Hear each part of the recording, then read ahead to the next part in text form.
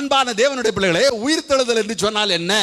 மத்தேயு, மார்க்கு, லூக்கா, யோவான் 4 புத்தகங்களை வாசித்து பாருங்கள். வேதம் சொல்லுகிறது, ஆண்டவராகிய இயேசு கிறிஸ்து சிலுவையில் அறைந்தார்கள், அவர் மரித்தார், அவர் கல்லறையில் அடக்கம் பண்ணினார்கள் என்று சொல்லி பார்க்கிறோம். வாரத்தின் முதலாம் நாள் அவர் உயிரோடு எழும்பினார் என்று பார்க்கிறோம். மரணத்திலிருந்து உயிரோடு எழுந்தார் சொல்லி பார்க்கிறோம். மத்தேயுவின் புத்தகம் 10ஆம் அதிகாரம் 8ஆம் வசனத்தை வாசித்து பார்த்தால் அங்கு ஆண்டவராகிய இயேசு கிறிஸ்து ஒரு வார்த்தை சொல்கிறார். வாசி கேட்போமா? மத்தேயு 10:8.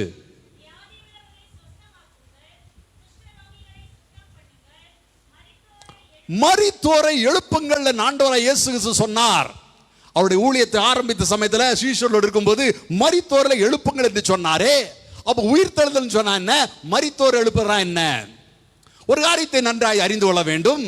ஒரு மரித்து போன மனிதன் அந்த மரணத்திலிருந்து மீண்டுமாய் எழுவான் என்று சொன்னால் அத பேர் உயிர்த்தெழுதல் கிடையாது. நீங்கள் 1 ராஜாக்களின் புத்தகம் 2 ராஜாக்களின் புத்தகம் வாசித்து பாருங்கள். அங்கே எலியா, எலிசா என்று சொல்லப்படுகிற 2 வல்லமையான தீர்க்கதரிசிகளை வைத்து பார்க்கலாம். எலியா என்பவன் ஒரு மரித்து போன ஒரு வாலிபனை உயிரோடு எழுப்புகிறான்.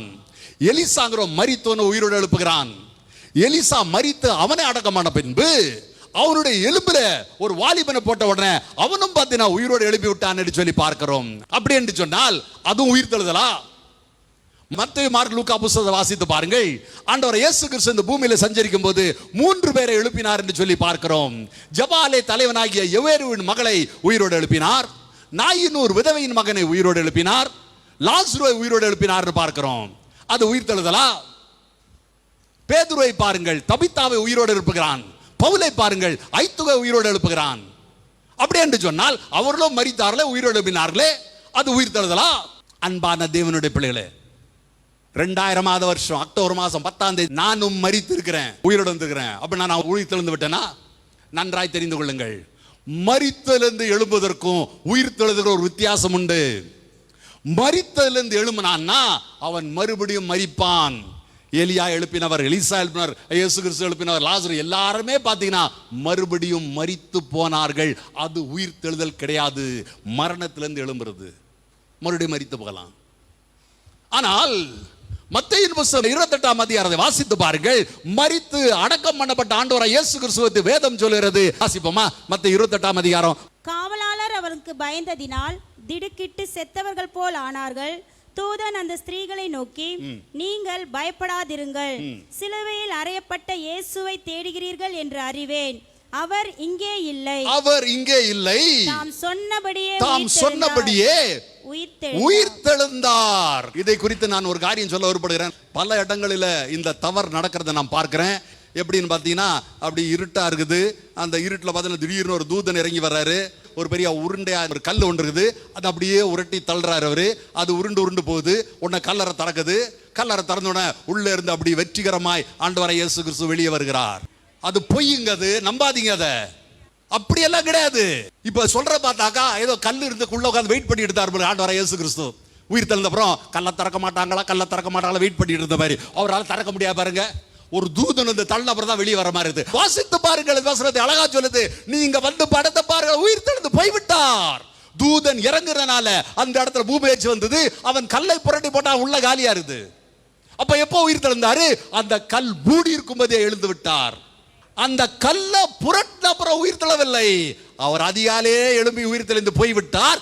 அந்த அடைக்கப்பட்டிருந்த கல்லறையை திறந்து உயிர் தெழுந்து விட்டார். உள்ளே இல்லை பாருங்கள் என்று சொல்லி தான் தூதன் பண்ணினான். போகட்டும், நம்ம கதை வரும். அப்போ ஆண்டவராகிய இயேசு கிறிஸ்து உயிர் தெழுந்தாரே, இந்த நாள்ல ஏன் அதை குறித்து பேச வேண்டும்? நமக்கு என்ன லாபம்? இதைத்தான் இந்த நாள்ல பார்க்க போறோம். ஆகியால் நம்முடைய கவனத்தை 1 கொரிந்தியர் புத்தகம் 15ஆம் அதிகாரத்தை திருப்பிக் கொள்வோம். 1 கொரிந்தியர் புத்தகம் 15ஆம் அதிகாரத்தில் மிக தெளிவாக உயிர்த்தெழுதலை பற்றி சொல்லப்பட்டிருக்கிறது. வாசி கேட்போம். 1 கொரிந்தியர் 15ஆம் அதிகாரம் 3ஆம் வசனம் 4ஆம் வசனமும். நான் அடைந்ததும் உங்களுக்கு பிரதானமாக ஒப்புவித்ததும் என்னவென்றால், கிறிஸ்துவானவர் வேத வாக்கியங்களின்படி நமது பாவங்களுக்காக மரித்து, வேத வாக்கியங்களின்படி நம்முடைய பாவங்களுக்காக மரித்து அடக்கம் பண்ணப்பட்டார். வேத வாக்கியங்களின்படி மூன்றாம் நாளில் உயிர்த்தெழுந்தார். இப்பொழுது வாசி கேட்போம். 12ஆம் வசனம் வாசிப்போமா? 1 கொரிந்தியர் 15 தான் இப்ப நம்ம பார்க்கிறோம். மரித்தோரிலிருந்து எழுந்தார் என்று பிரசங்கிக்கப்பட்டிருக்க, மரித்தோரின் உயிர்த்தெழுதலில் இல்லை என்று உங்களில் சிலர் எப்படி சொல்லலாம்? ஒரு சிலர் சொல்லுவாங்க, அப்பெல்லாம் கிடையாதுப்பா, மனுஷன் மரித்து போனா அவ்வளவுதான், நாய் மாதிரி அவன் செத்து போனாதான் மனுஷ மிருகத்துல ஒரு வகை என்றெல்லாம் சொல்லுவார்கள். மரித்தா அதோட over, that's end of it என்று சொல்வார்கள். ஆனால் வேதம் சொல்லுகிறது மரித்தவர் உயிர்த்தெழுதல் உண்டு. அதான் பாத்தீங்கன்னா பவுலுக்கு சொல்றாரு, மரித்தவர் உயிரோடு எழும்புவார்களே, கிறிஸ்து எழும்பி இருக்கிறாரே, எப்படிப்பா நீங்க இல்லன்னு சொல்றீங்க என்று சொல்லி தொடர்ந்து சொல்கிறார். உயிர்த்தெழுதல் இல்லாவிட்டால் கிறிஸ்துவும் எழுந்திருக்க. அப்போ மரித்தோர் உயிர்த்தெழுதல் இல்லன்னு சொன்னாக்கா இவ்வளவு நேரம் சொல்றோம் பாருங்க, இயேசு உயிர்த்தெழுந்தார், அப்படி இல்லையே, கிறிஸ்து உயிர்த்தெழுதல் இல்லையே. வாசிப்போம். கிறிஸ்து எழுந்திருக்கவில்லை என்றால் எங்கள் பிரசங்கமும் விருதா, உங்கள் விசுவாசமும் விருதா. உங்கள் விசுவாசம் எதை நம்பி இருக்கிறோம்? நம்ம காலையில எந்திரிச்சு வந்திருக்கிறோமே, எதற்காய் வந்தோம்? ஒவ்வொரு ஞாயிற்றுக்கிழமை வர்றோமே, கர்த்தரை நம்புகிறோமே, பரிசுத்தமா வாழுகிறோமே. ஏன் வாழுகிறோம்? உலகத்தின் காரியங்கள் நம்மளை தீட்டுப்படுத்தாதபடி, உலகத்தின் பாவத்தில் சிக்காதபடிக்கு ஏன் ஐயா பரிசுத்தமா வாழ வேண்டும்? நம்முடைய விசுவாசம் என்ன? நான் ஒரு செத்து போவேன், அடக்கம் பண்ணப்படுவாங்க, அது நம்முடைய விசுவாசமா? நானும் ஒரு நாள் மற்றொரு அழிந்து போடுவேன் என்கிற எண்ணமா? உயிர்த்தெழுதல் உண்டு. வாசிப்போம் தொடர்ந்து.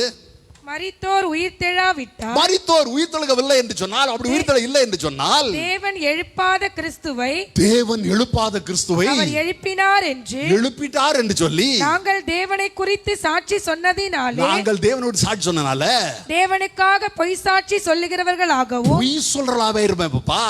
இயேசு கிறிஸ்து உயிரோடு எழும்பவில்லை என்று வைத்துக் கொள்வோம். அவர் சொல்றாரு உயிரோடு எழும்பவில்லை சொன்னா நாங்க என்ன பிரசங்கம் பண்றோம்? இயேசு உயிர்த்தெழுந்தார். அப்போ அதுக்கு அர்த்தம் என்ன? உயிர் தொழாத இயேசு கிறிஸ்துவை, தேவன் எழுப்பாத அந்த இயேசு கிறிஸ்துவை எழுப்பிடுறான, பொய் இல்லப்பா சொல்றோம் என்று சொல்லுகிறார். தொடர்ந்து வாசிப்போம். மரித்தோர் உயிர்த்தெழாவிட்டால் கிறிஸ்துவும் எழுந்திருக்கவில்லை.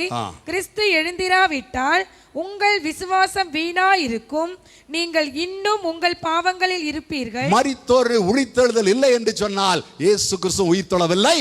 அப்படி கிடையாது, மரித்தோர் உயிர்த்தெழுதல் உண்டு. அதான் சொல்றாரு, மரித்தோர் உயிர்த்தெழுதல் இல்லை என்று சொன்னால் உங்க விசுவாசம் எல்லாம் வேஸ்ட், நீங்க பாவத்துல தான் இன்னும் இருந்திருப்பீங்க. அன்பான தேவனுடைய பிள்ளைகளே, நம்முடைய விசுவாச பிரமாணத்தில் சொல்லப்பட்டிருக்கிறது, மரித்தார், அடக்கம் பண்ணப்பட்டார், மூன்றாம் நாள் உயிர்த்தெழுந்தார் என்று சொல்லப்பட்டிருக்கிறது.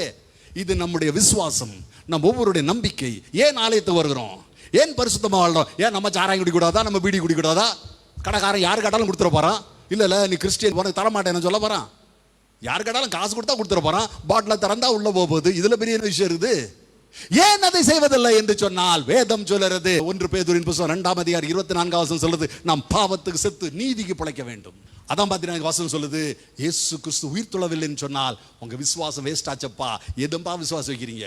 இல்ல உயிர் தெழுந்தார். வாசிப்போம் தொடர்ந்து. கிறிஸ்துவுக்குள் நித்திரையடைந்தவர்களும் கெட்டிருப்பார்களே, கிறிஸ்துவுக்குள் மரித்திருப்பாருங்க. பாருங்க, பரிசுத்த வாழ்க்கை வாழ்ந்து உலகத்தால் தீட்டுப்படாம, உலகத்தின் பாவம் செய்யாமல், உலகத்தின் நன்மையான காரியம் மட்டுமே செய்து தீமையான காரியங்களை விட்டு கொடுத்து மரித்து போன என்னப்பா பிரச்சனம்? அவங்களும் மற்றவங்க மாதிரி வாழ்ந்துருக்கலாமே, நல்லா தானே வாழ்ந்தாங்க, சுத்தமா வாழ்ந்தாங்க இல்லையா? இப்போ மரித்து அவங்களும் அழிந்து போகிறார்களே, அப்படி வாழாம இருந்திருக்கலாம் இல்லையா? இப்போ ஒரு முக்கியமான பாயிண்ட் சொல்றாரு பாருங்க. அடுத்த வசனம் வாசிப்போம். மிக முக்கியமான ஒரு பாயிண்ட் வாசிப்போம். இம்மைக்காக மாத்திரம், இம்மை மறுமை ரெண்டு இருக்குது. இம்மை இந்த உலகம், இம்மைக்காக மாத்திரம் நாம் கிறிஸ்துவின் மேல் நம்பிக்கை உள்ளவர்களாய் இருந்தால் எல்லா மனுஷரை பார்க்கிலும் இந்த உலகத்தில் 804 கோடி மக்களை காட்டிலும்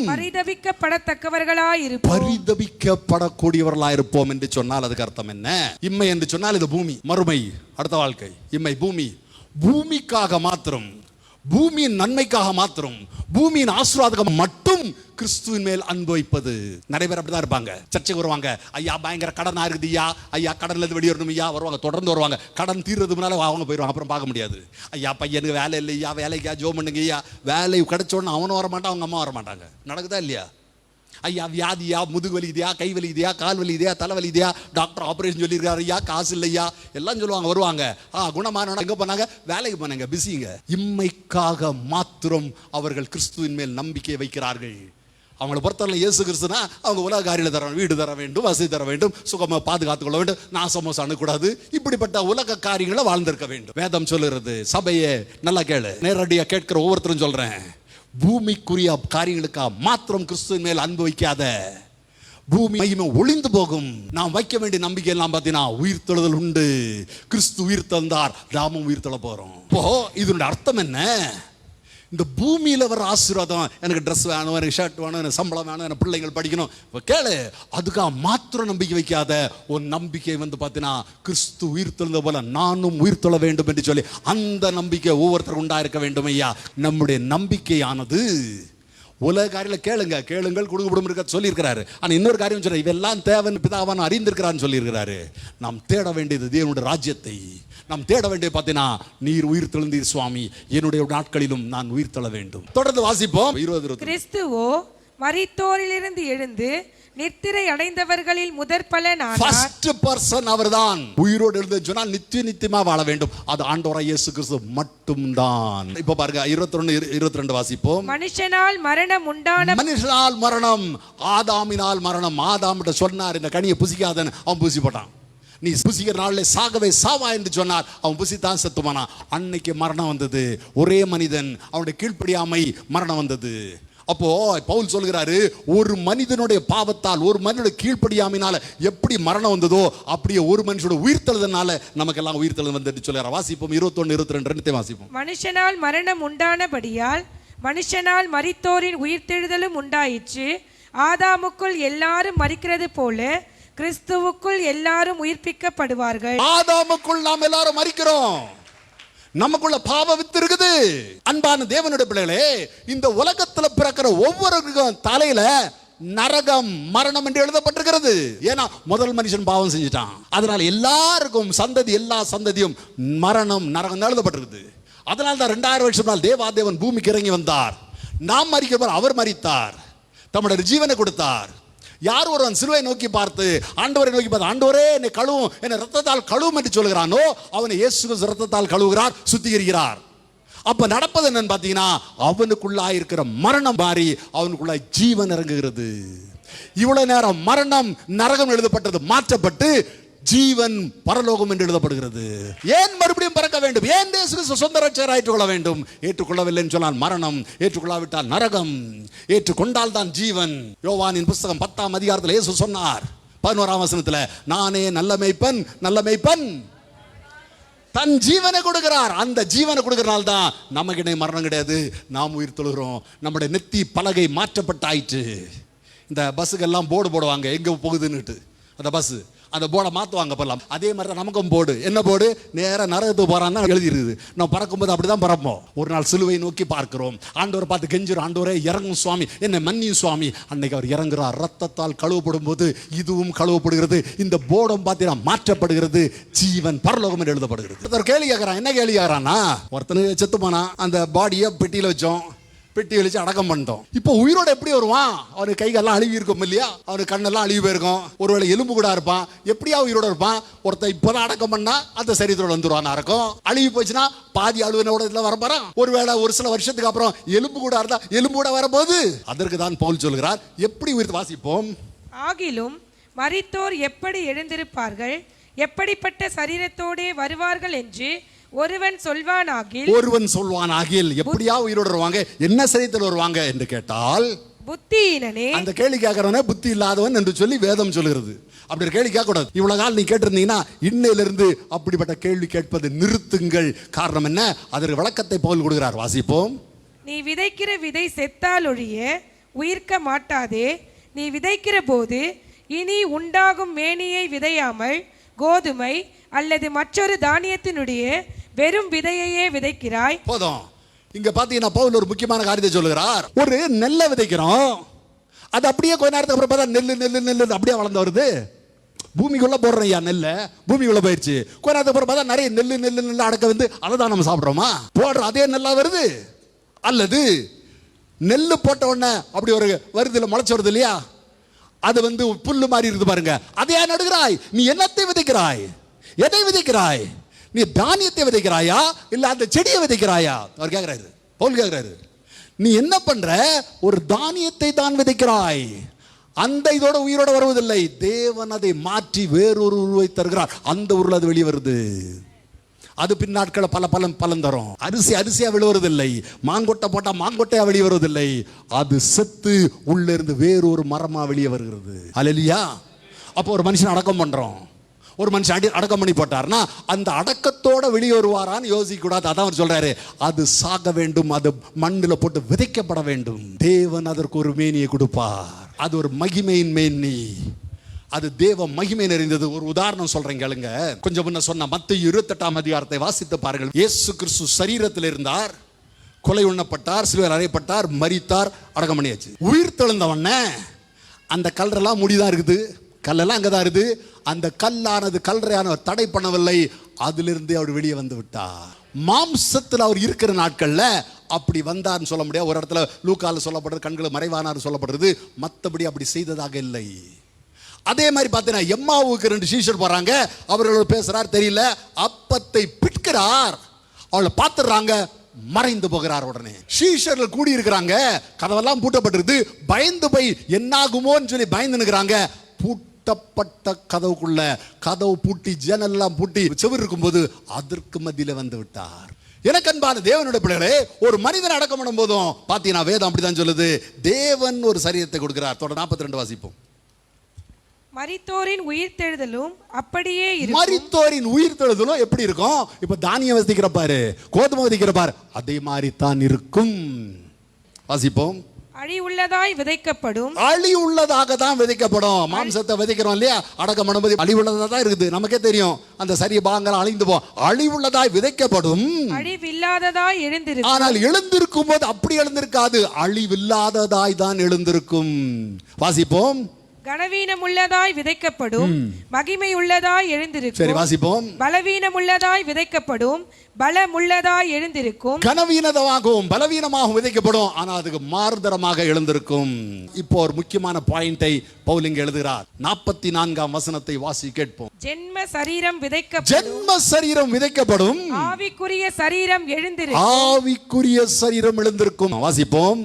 ஜென்ம சரீரமும் உண்டு, ஜென்ம சரீரம் உண்டு, ஆவிக்குரிய சரீரமும் உண்டு. ஆவிக்குரிய சரீரம் உண்டு. போதும், இது ஒரு முக்கியமான பாயிண்ட் நாம் தெரிந்து கொள்ள வேண்டும். அன்பான தேவனுடைய பிள்ளைகளே, இங்கே பவுல் வந்து பாத்தீங்கன்னா 2 காரியங்களை சொல்லுகிறார்.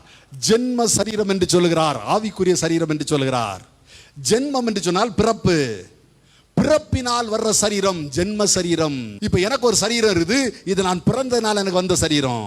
இங்க உட்கார்ந்து ஒவ்வொருத்தருக்கும் பார்த்தா சரீரம் வந்திருக்குது, இது ஜென்ம சரீரம். இத மாம்ச சரீரம் என்றும் சொல்லலாம். பிசிக்கல் பாடி, ஆங்கிலத்தில் நேச்சுரல் பாடின்னு சொல்லப்படுறது. Natural body, physical body. இந்த ஜென்ம சரீரம், இந்த மாம்சத்தின் சரீரம், இந்த சரீரத்தில் நம்ம எல்லாரும் இருக்கிறோம். பவுல் சொல்லுறாரு, ஒரே சரீரம் இருக்குன்னு நினைக்காதீங்கப்பா, ஒரே ஒரு சரீரம் இருக்குன்னு நினைக்காதீங்க, ஆவிக்குரிய ஒரு சரீரமும் உண்டு. இந்த ஆவிக்குரிய சரீரம் தான் பாத்தீங்கன்னா ஆதாம் காலத்துல மரித்து இருக்குது. கிறிஸ்து இயேசுவை ஏற்றுக்கொண்டு ஆண்டவரே உம் இரத்தத்தால் கழுவும், ஆண்டவரே என்னை பரிசுத்தமாக்கும், ஆண்டவரே நான் ஏற்றுக்கொள்ளேன்னு சொல்லும் போது ஒரு புதிதாய் பிறந்த குழந்தை போல அந்த ஆவிக்குரிய சரீரம் பிறக்கிறது. அதுதான் மறுபிறவி என்று சொல்லுகிறோம். இதைத்தான் ஆண்டவர் இயேசு கிறிஸ்து யோவானின் புத்தகம் 3ஆம் அதிகாரம் 3ஆம் வசனம் 5ஆம் வசனம் சொன்னார். இதைத்தான் பார்த்தீங்கன்னா 2 கொரிந்தியர் புத்தகம் 5ஆம் அதிகாரம் 14ஆம் வசனத்தை வாசிக்கிறோம். இப்படி கிறிஸ்துவுக்குள் இருந்தால் சிருஷ்டி பழையவெல்லாம் இந்த மறுபிறப்பை குறித்தான் ஆண்டவர் இயேசு சொன்னார். ஓகே, போட்டு இங்க தான் பார்த்தீங்கன்னா அந்த ஆவிக்குரிய ஒரு சரீரம் வந்து உயிர்ப்பிக்கப்படுகிறது. ஜென்ம சரீரம் உண்டு, ஆவிக்குரிய சரீரம் உண்டு. இன்னையிலிருந்து ஒரு காரியத்தை தெரிந்து கொள்ளுங்கள், நீயும் நானும் மிருகத்தில் ஒரு வகை கிடையாது. கிறிஸ்துவின் உயிர்த்தெழுதலை நம்புகிற நாம், நமக்கு ஒரு ஆவிக்குரிய சரீரம் உண்டு. ஒரு நாள் ஜென்ம சரீரம் விதைக்கப்படும், ஆவிக்குரிய சரீரம் எழுந்திருக்கும் விசுவாசிக்கிறோம். Praise the Lord. 51ஆம் வசனத்திலிருந்து வாசி கேட்போமா? இப்போதான் தனிப்பட்ட நபர்களுக்கு ஆகிய நமக்கு சுவிசேஷம் சொல்லப்படுது. இது உனக்கும் எனக்கும். பவுல் சொல்ற ஒரு ரகசியத்தை சொல்றேன்னு சொல்றாரு. வாசிப்போம். நாம் எல்லாரும் நித்திரை அடைவதில்லை, நாம் எல்லாரும் மரிக்க போவதில்லை, ஆகிலும் கடைசி எக்காலம் தொனிக்கும் போது, போது. நீங்கள் கடைசி எக்காலம் ஒரு எக்காலம் இருக்குது. வெளிப்படுத்த விசேஷத்தை வாசித்து பாருங்கள், அங்க 7 எக்காலம் சொல்லப்படுது, இன்னும் பல எக்காலங்கள் சொல்லப்படுது. எக்காலங்கள் தேவனுடைய திட்டத்தின்படி, தீர்மானத்தின்படி தூதர்கள் அதை ஊதிக்கொண்டிருக்கிறார்கள். அந்தந்த காலத்துக்கு கர்த்தர் சொல்லுகிறார், உடனே தூதன் ஊதுகிறான். அதை வெளிப்படுத்த விசேஷத்தில் வாசிக்கிறோம். அப்படி எல்லா எக்காலங்களும் ஊதியம் பிடித்த பிறகு கடைசியாக ஒரே ஒரு எக்காலம் தான் இருக்குது. லாஸ்ட் ட்ரம்பெட் என்று ஆகிறது சொல்லுகிறார்கள். அந்த கடைசி காலம் துணிக்கப்படும், ஒரு தூதன் துணிப்பான். அப்படி துணிக்கும் போது என்ன நடக்கும்? உங்களுக்கு எனக்கும் அந்த உலககாலத்தை துணிச்ச அதே செகண்ட்ல ஒரு இமைப்பொழுதிலே நாம் எல்லாரும் மறுரூபம், அப்படியே மறுரூபமாயிருவோம். இப்போ ஒரு சரீரத்தில் இருக்கிறோம், ஜென்ம சரீரத்தில் இருக்கிறோம், ஆவிக்குரிய சரீரமாக ஜென்ம சரீரம் மாறிவிடும். ஒரு செகண்ட் தான். வாசிப்போம். எக்காலம் தொனிக்கும், எக்காலம் தொனிக்கும், அப்பொழுது மரித்தோர் அழிவில்லாதவர்களாய், மரித்தவர்கள் அடக்கம் பண்ணப்பட மரித்தவர்கள் அழிவில்லாதவர்களாய் எழுந்திருப்பார்கள். மரித்தவர்களும் எழுந்திருப்பார்கள், நாமும் மறுரூபமாக்கப்படுவோம். இங்கே பவுல் சொல்லுகிறார், 2 விதமான சாரார் இருக்கிறார்கள் உலகத்துல. ஒரு சாரார் மரித்து அடக்கம் பண்ணப்பட்டிருக்கிறார்கள், பரிசுத்தவான்கள், நீதிமான்கள். இன்னொரு சாரார்கள் மரிக்காம உயிரோடு இருக்கிறாங்க. 2 சாரால் இருக்கிறாங்க. அந்த எக்காலம் எப்போ துணிக்கும் நமக்கு தெரியாது. இன்னும் 25, 40, 50 வருஷம் சொல்லி காலம் தள்ளாது இருப்போம். இந்த சமயத்தில், இப்போ நான் பேசிக்கிட்டு இருந்த சமயத்தில் அந்த கடைசி காலம் துணிக்கும் என்று சொன்னால் நீயும் நான் எடுத்துக்கொள்ளப்பட வேண்டும் சகோதரனே.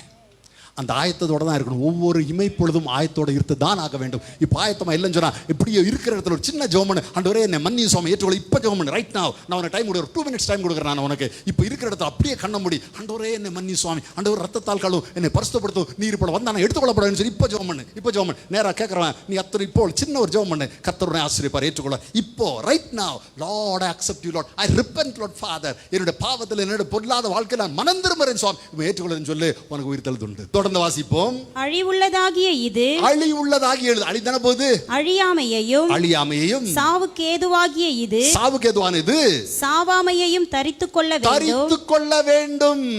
அழிவுள்ளதாகிய இது அழியாமையையும், அழிவு நல்ல கவனிங்க, முக்கியமான பாயிண்ட் பேசுற பவுல் பேசுற பாயிண்ட் ரொம்ப முக்கியமான பாயிண்ட். அழிவுள்ளதாகிய இது அழியாமையையும், சாவுக்கு ஏதுவாகிய இது சாவாமையையும், சாவுக்கு ஏதுவான இது சாவாமையும் தரித்துக் கொள்ளும் போது மரணம் ஜெயமாக விழுங்கப்படும். அது வரைக்கும் மரணம் இருக்கத்தான் செய்யும். அன்னைக்கு காலம் துணிக்கும் போது மறுமாகுறோமே, மரித்தோர் எழுந்திருக்கிறார்களே, அதுக்கப்புறம் மரணம் கிடையாது. அதுக்கப்புறம் மரணத்தின் வல்லமை கிடையாது. அன்பான தேவனுடைய பிள்ளைகளே, ஏன் நாம் ஆலயத்துக்கு வர வேண்டும்? ஏன் நாம் கர்த்தரை ஏற்றுக்கொள்ள வேண்டும்? ஏன் வேதம் வாசிக்க வேண்டும்? ஏன் ஜெபிக்க வேண்டும்? ஏன் பரிசுத்த வாழ்க்கை வாழ வேண்டும்? நம்ம சினிமா பார்க்கக்கூடாதா? நம்ம யாரையும் குடிக்கூடாது? நம்ம மற்றவர்கள மாதிரி பொல்லாத வாழ்க்கை வாழக்கூடாதா? அப்படி வாழும்போது என்ன ஆகும் பார்த்தீங்கன்னா, ஆத்மா உள்ளான வச்சு செத்து போகிறான். பாவத்தின் சம்பளம் மரணம். பாவம் செய்கிற ஆத்மா சாகும், செத்து போயிருது. அப்படி செத்து போன மனுஷன் ஒரு நாள் மரிக்கும் போது அவன் நித்திய ஆக்கினிக்குள்ள நரகத்துக்கு போகிறான். அந்த எக்கால சத்தம் கேட்கும்போது மறுரூபமாக முடியாது. அவன் மரித்திருப்பான்னு சொன்னால் எழுந்திருக்க முடியாது. நாம் என்ன நம்புகிறோம்? கிறிஸ்து மரித்தோர் உயிர் தெழுந்தார் அப்படின்னா நாமும் உயிர் தெழ வேண்டும். அப்படி என்று சொன்னால் அந்த எக்கால சத்தம் நமக்கு கேட்க வேண்டும். நாம் உயிரோடு இருந்தாலும் கேட்க வேண்டும், மரித்து அடக்கம் பண்ணப்பட்டிருந்தாலும் கேட்க வேண்டும். அப்படி என்று சொன்னால் நமக்குள்ளே நீதி இருக்க வேண்டும், நமக்குள்ளே பரிசுத்த வாழ்க்கை இருக்க வேண்டும். மற்றவங்க செய்கிறாங்க, உலகத்தான் செய்கிறான்னு சொல்லி நாம செய்யக்கூடாது. ஒரு வசனத்தை வாசிப்போம். 1 பேதுரு 2:24. நாம் பாவங்களுக்கு செத்து நீதிக்கு பிழைத்திருக்கும்படிக்கு அவர் தாமே தமது சரீரத்திலே நம்முடைய பாவங்களை சிலுவையின் மேல் சுமந்தார், அவருடைய தழும்புகளால் குணமானீர்கள். பாருங்க, ஆண்டவராகிய இயேசு கிறிஸ்துவுக்கு 2 அனுபவம் இருந்தது. ஒரு அனுபவம் பார்த்தீங்கன்னா உயிரோடு இருந்த அனுபவம், 2வது பார்த்தீங்கன்னா மரித்து அதுக்கப்புறம் உயிரோடு இருந்த அனுபவம். 2 அனுபவங்கள். உயிரோடு இருந்தார் மாம்சத்தில், மரித்து போனார், உயிரோடு எழும்பினார். மரித்தார், உயிர் தெழுந்தார். வாழ்ந்தார், மரித்தார், உயிர் தெழுந்தார். இந்த வசனம் சொல்லுது, நீ உண்மையிலே தேவனுடைய பிள்ளையா இருந்தால் உனக்கும் அந்த அனுபவம் இருக்க வேண்டும். உனக்கும் உயிரோடு இருக்கிற மரிக்கிற உயிர் தெழுந்த அனுபவம் இருக்க வேண்டும். அப்ப என்னங்க ஐயா, நாங்கள் வாழக்கூடாதையா, செத்து போனோமையா? அப்படி அல்ல. உனக்குள்ளாய் வாழ்கிற பாவம், அந்த பாவம் கொலையுள்ளப்பட வேண்டும், அது கொல்லப்பட வேண்டும், அது சிலுவையில் அறையப்பட வேண்டும். இயேசு கிறிஸ்துவின் கையை பிடித்து அறைந்தார்கள், காலை பிடித்து அறைந்தார்களே, அதே விதமாய் உனக்கு விரோதமாய் இருக்கிற பாவங்கள், உனக்குள்ளா இருக்கிற பாவங்கள், அது கோபமா இருக்கும், அது எரிச்சலா இருக்கும், வைராகமா இருக்கும், பல தீமையான காரியங்கள், இதை நீ எடுத்து அதை கொல்ல வேண்டும். மத்தேயு 6:6 இயேசு சொல்கிறார், நீயோ ஜெபம் பண்ணும்போது அறை வீட்டுக்குள்ள போ, அங்க போய் என்ன பண்ணணும்? ஆண்டவரே, இந்த பாவம் எனக்குள்ள இருக்குது, இது என்ன விட்டு நீங்கட்டும் சுவாமி. ஐயோ, கோபம் வருது ஆண்டவரே, ஆண்டவரே எரிச்சல் வருது ஆண்டவரே, அப்ப அப்படி தீமையான கண்கள் வருது சுவாமி, ஆண்டவரே மாற்றும், சோம்பேறித்தனம் வருது சுவாமி, ஆண்டவரே மாற்றும் சொல்லி உள்ளுக்குள்ள போய் ஜெபம். அதுதான் சிலுவையில் அறைவது, அதுதான் கொல்லுவது. அதை கொன்று நீதிக்கு பிழைக்க வேண்டும். நீதிக்கு பிழைக்கிறதா என்ன? நீதினா என்னது? ஆங்கிலத்தில் ரைச்சஸ்னஸ் என்று சொல்வார்கள். பெரிய வார்த்தையா இருக்குது, அதை கூறு போடுவோம். கூறு போட்டா ரைட்சஸ்னஸ் வரும். ரைட், RIGHT, ரைட் எஸ்னஸ் வரும். அதை பின்னால் விட்டுருவோம். ரைட், அதுக்கு ஆப்போசிட் ராங். தமிழில் சொன்ன மாதிரி சரி தவறு. சரியானதை ரைட் ஆனது ஒன்று செய்தா அதான் ரைச்சஸ்னஸ். சரியானது செய்தா அதான் நீதி. சரி அல்லாத செய்தா அதான் அநீதி. ராங்க செய்தா அன்ரைச்சஸ்னஸ். ரைட், சரியானது செய்தா அதான் நீதி, சரி அல்லாத செய்தா அதான் அநீதி. உதாரணத்திற்கு ரோட்ல போனா சிக்னல் இருக்கும், சிக்னல்ல 3 கலர் இருக்கு, ரெட், மஞ்சள், பச்சை. ரெட் லைட் எரிஞ்சா என்ன செய்யணும்? ஸ்டாப். பின்னால் அமைதியாக்குறான். கிரீன் லைட் எரிஞ்சா நான் எத்தனை முறை பார்த்துருக்குறேன். நம்ம காரை ஓட்டிட்டு வருவோம், நம்ம காரை ஓட்டி நம்ம சிக்னலில் ஃபஸ்ட் ஆளான மாதிரி இப்போ ரெட் லைட்டில் நிற்போம். நம்ம இந்த பின்னால் அப்படியே பைக்கில் இப்படி வளைஞ்சு அப்படியே நம்ம பைக்கு பின்னால் வந்து நிற்பான். நீ வா, நீ முன்னால் வா, நான் வேண்டான்னு சொல்ல, நீ போ முன்னால் போ. அப்படியே வந்து ஏன் காருக்கு முன்னால் நிற்பான், நில்லு, நான் வேண்டான்னு சொல்ல. அதில் என்ன பண்ணான்னா அந்த கை கட்டிட்டு அங்கே வேடிக்கை பார்ப்போம். க்ரீன் ஆகிட்டு இருக்கிறோம் சிக்னல், இப்போ பறக்க பார்த்து நிற்பான். நீதி அது, இஸ் இஸ் ரைட். இப்போ நம்ம பின்னால் நம்ம ஹார்ன் அடிப்போம், ஹார்ன் அடிச்ச கோவம் வர இரியா அவன். அப்போ தான் ஹெல்மெட் சரி பண்ணுவார் அவர். அப்போ தான் ஹெல்மெட்டை போட்டு எடுத்துட்டு அங்கே க்ரீன் ஐயோ ஹார்ன் அடிச்சு பார் இரியா அநீதி. சிக்னல் ரெட்ல எரிஞ்சா என்ன பண்ணுங்க? யாரும் கை தூக்காத, பதில் சொல்லாத, உன் நெஞ்சில் கை வச்சு சொல்லு. நான் ஒவ்வொரு சிக்னல் ரெட்ல இருக்குமா நான் நிற்பேன், நான் போக மாட்டேன். சொல்ல முடியுமானால? யாரும் பதில் சொல்லாத, கை தூக்காத. சரி, இன்னொரு விஷயம் சொல்கிறேன் கேளுங்களா. நீதினா என்ன? சர்ச்சை முடியுது, ஐயா வந்து எல்லாரும் ஜெபம் பண்ண வாங்க ஏன்னு சொல்கிறாங்க, வச்சு விடுவோமே, லைனாக வர சொல்கிறாரு. எத்தனை பேர் முந்தி அடிச்சுட்டு முன்னால் வர்றீங்க? சிரிக்கிறாங்க எல்லாரும். நான் எதிர்பார்க்கவே இல்லையே, நான் எல்லாரும் கோபமாக பார்ப்பீங்கன்னு நினச்சேன். அதான் இடிச்சுட்டு முன்னால் போனோம். அப்போதான் இடிச்சு பிடிச்சிட்டு முன்னால் போய் நின்றுணும். அது சரியா தவறா? ஒருத்தர் நின்று கொண்டுக்கிறார், அவருக்கு முன்னால் போனா சரியா தவறா? நீ நிற்கிற, உனக்கு முன்னால் போனா ஒத்துக்குயா? அப்ப சரி தவறு தெரியுதுல்ல உனக்கு. லைன்ல நிற்கும் போதுதான் நம்மால வருவாங்க தேடி, பிரதர் பிரைஸ் எல்லாம் நல்லா இருக்கிறீங்களா பிரதர்? இந்த பெரிய லைனாக இருக்கும், இது இங்கே தான் இந்த லாஸ்ட் வரை லைன் நிற்கும். நம்ம இங்கே நின்றுருப்போம். அடுத்த மூணாவது ஆள் நம்ம ஐயாவுக்கு முன்னால் 1 2 3 நான் நிற்கிறேன். லைன் நீளாக இருக்கும். அங்கே பிரைஸ் லாட் பிரதர் நல்லா இருக்கிறீங்களா பிரதர்? என்னத்துக்கு பிரைஸ் லாட் சொன்னேன் என்கிட்ட? லைன்ல போய் நில்லு. அது பிரைஸ் லாட்ல ஒன்று சொல்றது கிடையாது. பிரைஸ் லாட் சொல்லுங்க, அந்த லைன்ல அங்கே நிற்கிறவரா அவங்களும் கூட வரணும். அதுக்கு பண்ற போய் பஸ்ல யாருன்னா டிக்கெட் வாங்கணுமா வாங்கக்கூடாதா? நமக்கு இதுக்கு கண்டக்டர் அந்த பக்கத்தை எப்படி இருந்து பார்த்து அப்படி இறங்கி ஓடி இருக்கணும். நீதி. இயேசு கிறிஸ்து உயிர்த்தெழுந்தார், நமக்குள்ள அந்த ஜீவன் இருக்க வேண்டும், அந்த பழைய பாவம் கொல்லப்பட வேண்டும். 58ஆம் வசனத்தை வாசிப்போம். ஆகையால் எனக்கு பிரியமான சகோதரர்களே சகோதரிகளே, கர்த்தருக்குள் நீங்கள் படுகிற பிரயாசம், கர்த்தருக்குள் நீங்கள் படும் பிரயாசம் விருதாவா இராது என்று அறிந்து, வேஸ்ட் ஆகாது. ஏன்னா நம்ம உயிர்த்தெழ போறோம். நமக்கு இந்த உலகம் கிடையாது, நமக்கு உயிர்த்தெழுது உண்டு. நீ என்ன பாடுபடுகிறாய்? தனிமையில கஷ்டப்படுறாயா? வியாதியில படுறாயா? இல்ல மக்கள் உன்னை அவதூறாய் பேசுகிறார்களா? நீ செய்த நன்மைக்கு ஒரு பிரதிபலன் கிடைக்கவில்லையா? நீ செய்யற வேலைக்கு ஒரு ப்ரமோஷன் சம்பளம் கொடுக்கவில்லையா? கவலைப்படாத. உண்மை கஷ்டம்தான், ஆனா அதுக்கு பலன் உண்டு. ஏன் நான் உயிர்த்தெழ போறேன், அங்க பலன் கொடுக்கப்படும். நிறைய பேர் சொல்லுவாங்க, யாரும் கவனிக்க மாட்டேங்க பிரதர், நான் என்ன நல்ல செஞ்சாலும் ஆக மாட்டேங்க பிரதர். இன்னிலிருந்து வார்த்தை சொல்லாதீங்க யாரும். உன்னுடைய பிரயாசங்கள் எல்லாவற்றும் கண்டிப்பா பலன் உண்டு. உயிர்த்தெழ போறோம். நான் மரித்து அடக்கமட போக போறதில்ல, அடக்கமனோட உயிரோட வருவோம். அப்போ பிரதிபலன் தரப்படும். கஷ்டம் வருதா, துன்பம் வருதா, வேதனை வருதா, அவமானம் வருதா, சகித்துக்கொள், அதுக்கு எல்லாவற்றுக்கும் பலன் உண்டு. 1 தெசலோனிக்கேயர் 4ஆம் அதிகாரத்துல 13ஆம் வசனத்தில் வாசிப்போம். அன்றியும் சகோதரரே, நித்திரை அடைந்தவர்களின் நிமித்தம் நீங்கள் நம்பிக்கையற்றவர்களான மற்றவர்களைப் போல துக்கித்து அறிவில்லாதிருக்க எனக்கு மனதில்லை. நித்திரை அடைந்த, அத மரித்து போன ஒருவரை குறித்து, மரித்து போன என்பதற்காக மற்றவர்கள் உலகத்தார் செய்வது போல நீங்கள் துக்கித்திராதிருங்கள். நீங்கள் நம்பிக்கையற்றவர்களாக, அதாவது மரணம்ங்கிறது பார்த்தீங்கன்னா கண்டிப்பா கொடியதுதான். மரணம் வந்து துக்கத்தை உண்டாக்கும். மரணம் வந்து கண்டிப்பா உள்ளத்தை உடைச்சிரும். ஐயா போன தடவை வரும்போது சொன்னார், அம்மா மரித்து போனார்கள், எல்லாம் முத்தம் கொடுத்துட்டு வந்தேன்னு சொன்னார். அது எவ்வளோ வேதனை அன்றைக்கி மீட்டிங் நடத்துறப்ப அவருக்கு தான் தெரியும். எனக்கு அப்பா அம்மா எல்லாம் மறிந்திருக்கிறாங்க.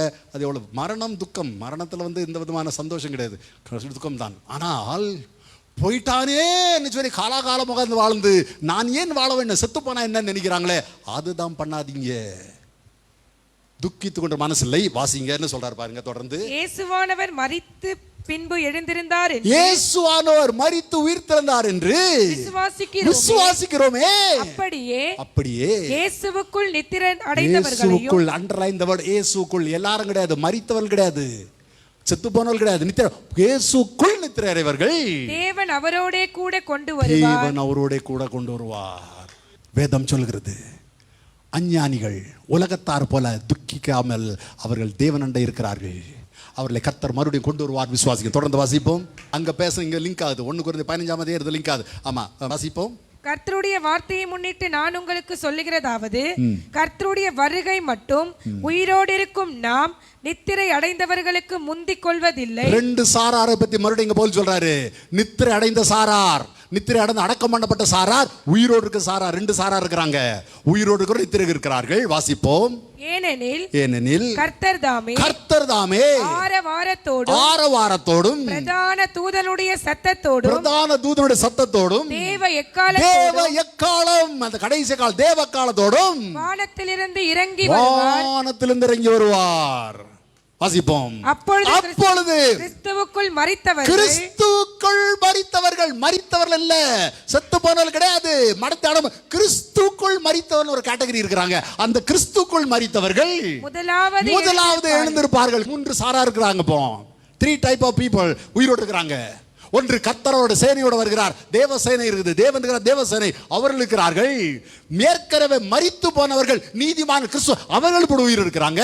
2 சாராராட்சி. வாசிப்போம். பின்பு உயிரோடு நாமும் 3ஆவது சார உயிரோடு நாமும் கர்த்தருக்கு எதிர்கொண்டு போக, தேவனுக்கு எதிர்கொண்டு போக மேகங்கள் மேல் அவர்களோட கூட ஆகாயத்தில் எடுத்துக்கொள்ளப்பட்டு இவ்விதமாய் எப்பொழுதும் கர்த்தருடனே கூட இருப்போம் சொன்னதே அதான் நித்தியம். நித்தியமாய் அவரோட கூட இருக்கிறது. ஹல்லேலூயா. சதா காலம் அவரோட கூட இருப்போம். இப்போ இதை குறித்து என்ன பண்ணுறோம், இன்னும் கொஞ்சம் ஆழமாக பார்க்குறது வெளிப்படுத்தல் விசேஷம் போகிறோம். வெளிப்படுத்தல் விசேஷம் 20ஆம் அதிகாரத்தில் இது குறித்து சொல்லப்பட்டது. வாசிப்புமா.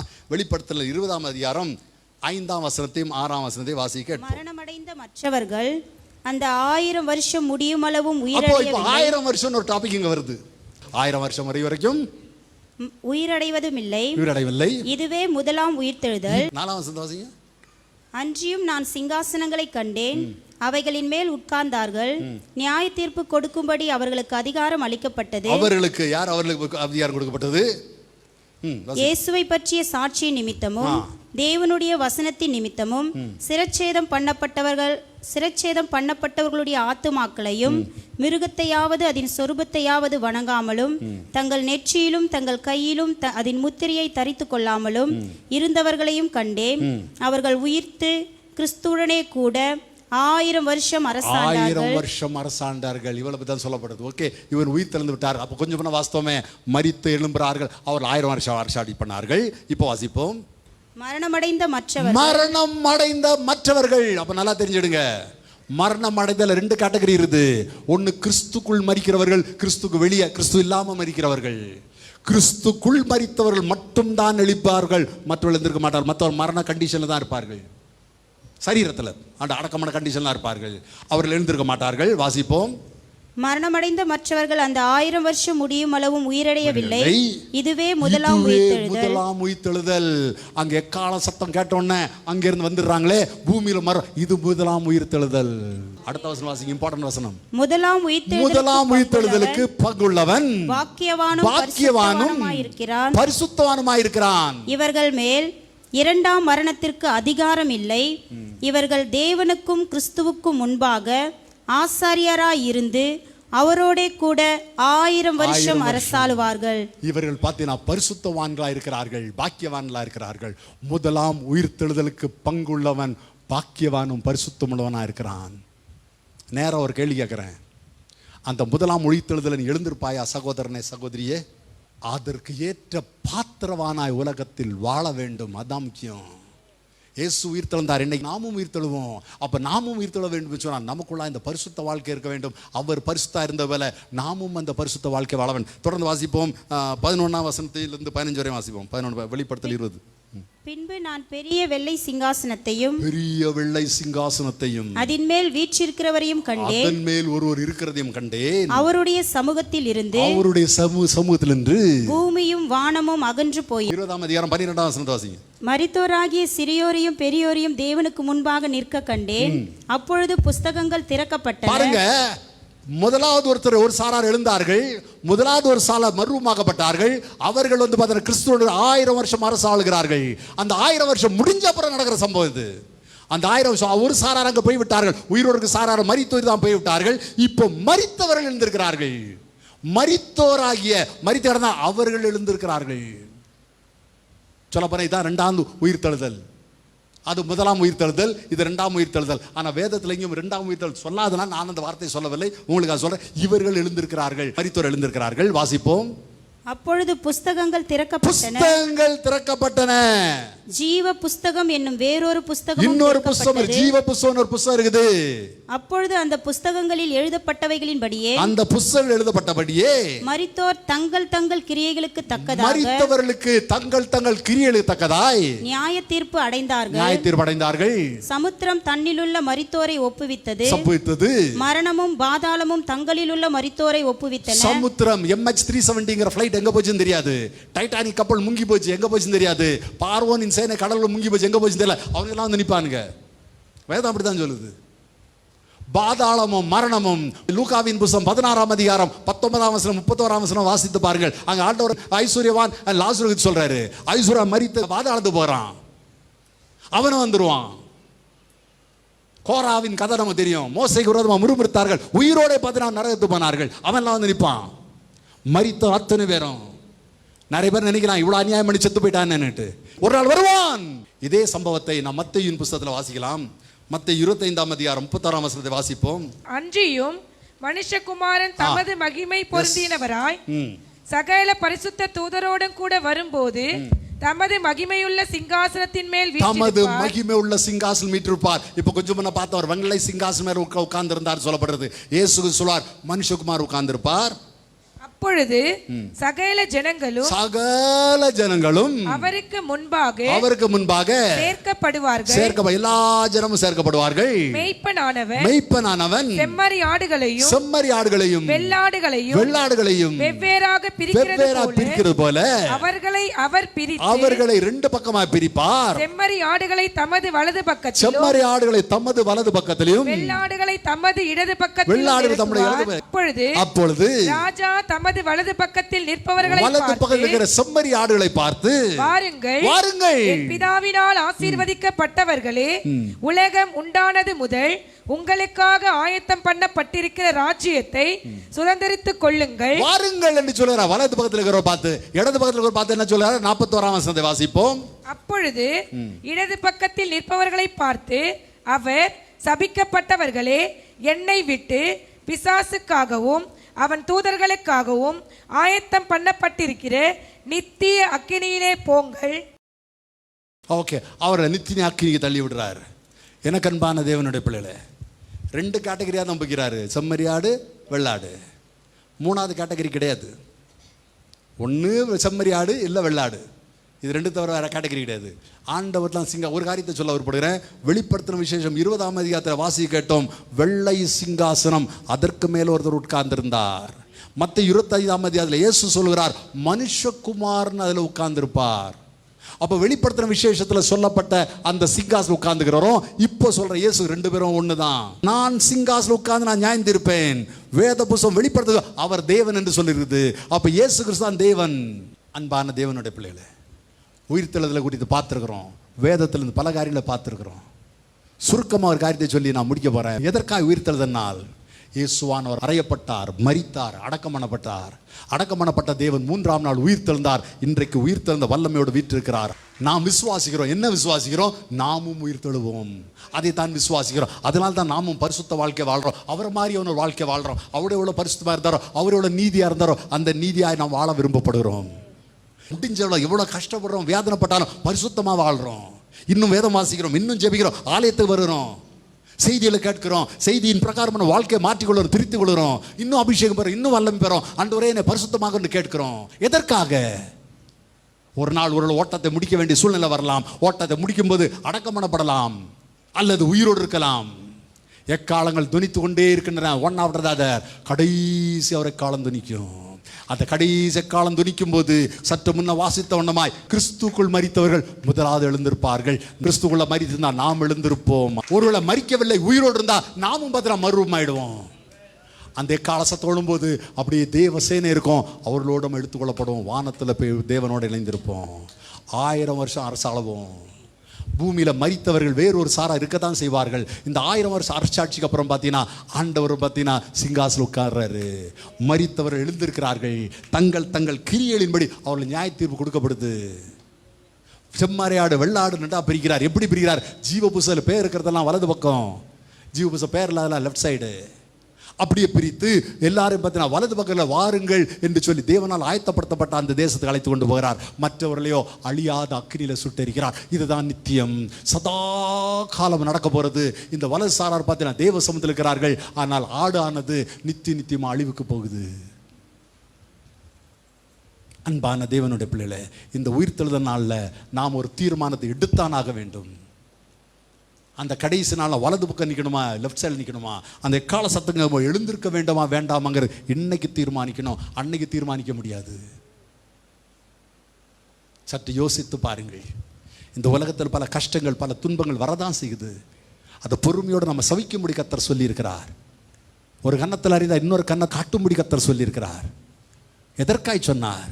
நம்முடைய நீதி நிலைத்திருக்கும்படிக்கு, நம்முடைய பரிசுத்த வாழ்க்கை இருக்கும்படிக்கு. அந்த பரிசுத்த வாழ்க்கை நிலைத்திருக்கும் போது எக்கால சத்தம் கேட்கும்போது எழுந்திருப்போம், அல்ல மறுரூபமாக்கப்படுவோம். இந்த பாக்கியத்தை கர்த்தர் நம்ம தர விரும்புகிறார். இந்த காலை வேளையில் செய்தி இதுதான். இன்னைக்கு கர்த்தர் உனக்கு இந்த வல்லமையை, உனக்கு இந்த ஆசீர்வாதம் தர விருப்பப்படுகிறார். அந்த எக்காலம் துணிக்கும் போது நீ எழுந்திருக்க வேண்டும். நீ மட்டுமில்ல, உன் குடும்பத்தாரும் வர வேண்டும், உன்னை சார்ந்தவர்கள் எழுந்திருக்க வேண்டும், அவர்களும் தேவனோட வர வேண்டும். ஆண்டவரே, நான் அந்த எக்காலம் துணிக்கும் போது மறுரூபமாக்கப்பட வேண்டும், அல்லது கர்த்தாவே நான் உயிரோட வர வேண்டும் என்று சொல்கிறவர்கள் கரங்களை உயர்த்தி அல்லேலூயா சொல்றீங்களா? இருக்கிற இடத்துல எழுந்திருப்போமா, அல்ல முழங்கால் போடுங்க. அன்பான தேவனுடைய பிள்ளைகளே, தேவன் இந்த நாளில் உன்னோடு பேசியிருக்கிறார். உயிர்த்தெழுதல் உண்டு. இயேசு உயிர்த்தெழுந்தார், நாமும் உயிர்த்தெழுவோம். எப்போ உயிர்த்தெழுவோம்?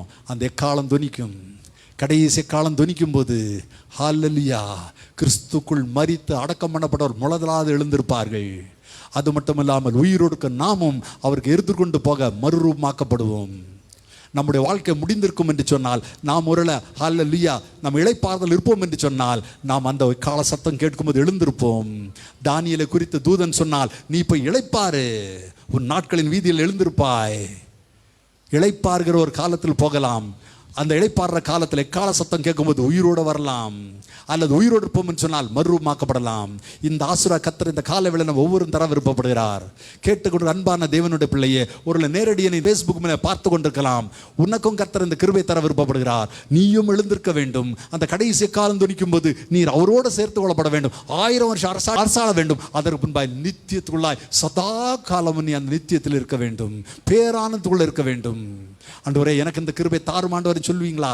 ஆண்டவர், நீர் உயிர் தெழுந்த போல நானும் உயிர் தெழ வேண்டும் ஆண்டவர் சொல்லலாமா?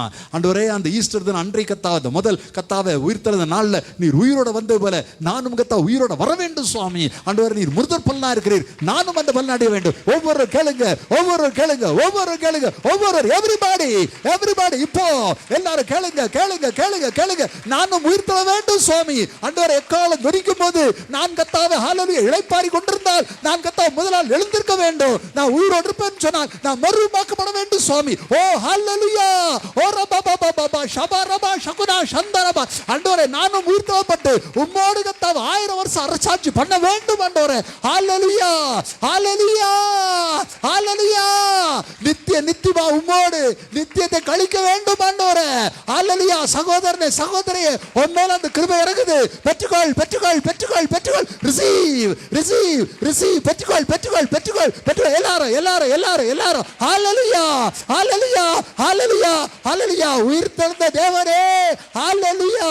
அந்த உயிர்த்தெழுந்த வல்லமை இறங்கட்டும் சுவாமி, ஒவ்வொரு மீதும், ஒவ்வொரு மீதும், ஒவ்வொரு மீதும், ஒவ்வொரு மீதும். ஹல்லேலூயா, உமக்கு நன்றி. ஹல்லேலூயா, உமக்கு நன்றி. கோடி கோடி நன்றி சுவாமி.